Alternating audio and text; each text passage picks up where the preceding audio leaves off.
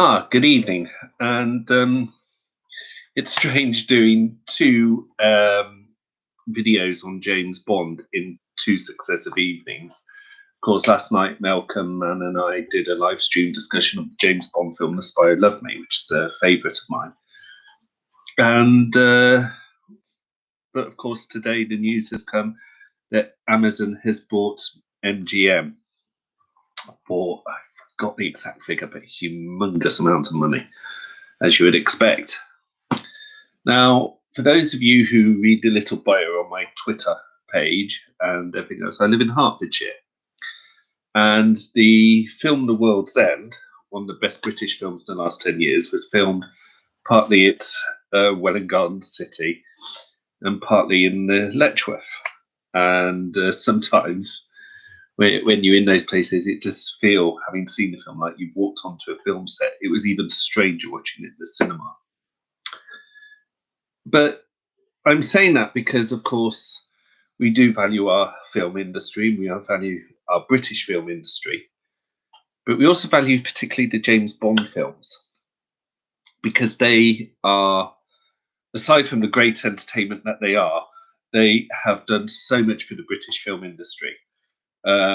When at one stage it seemed to be, if it wasn't the Bond films, it was film versions of popular sitcoms at the time and Carry On films and confessions films and, you know, all of that. And I'm not, I'm not knocking the film versions of sitcoms, generally speaking. I mean, the film version of Porridge was good.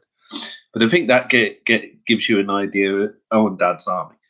But I think that gives you, the sense of what we have had in the past. That was all there was, and there needed to be a lot more. So I do like what they've. I do think we owe a debt to in some respects, to the Bond industry, the Bond film franchise. I don't think it will change anything much per se. That's the short answer to Amazon's buy. The longer answer has a lot of caveats. My main concern, I mean, there will always be Bond films. There will always be Bond. But my concern is how much Amazon will want to be involved in the creative process. If they leave well alone and just happy to distribute into cinemas when Eon Productions say we're ready for you to present the film, as it were. Fine. If not, we're going to have more of the problems we've had lately. And one of the problems, I think, for many Bond fans over the last 20 years has been, instead of 2 to 3 years a Bond film coming out, we've had it every 4 to 5 years, roughly on average. In the first 20 years, the Bond film industry, about 12 films came out. In the last 20 years, we've had Die Another Day, 5 so far, if you're not including No Time to Die, which has been delayed by 2 years because of COVID. So, and then it had problems before then. And I'm worried we could end up with a situation, if we're not careful, if there is a clash of creativity, where we have one or two Bond films per decade, and whoever signs on to Bond, if they want them to be on for a good few films, they sign the actor in when they're still in their 20s, and that actor is prepared to commit for 20 years. So yes, I do have concerns, but again, at the end of the day, that is my only concern. We don't know how things will turn out. It may be that the James Bond film franchise will be even better following No Time to Die coming out, that people will have had stock. The Michael G. Wilson and Barbara Broccoli will have taken stock, and they will be looking at new ways of presenting the Bond films and how they're made, how they distribute, not in the essentials, but in ways so that we get more of them.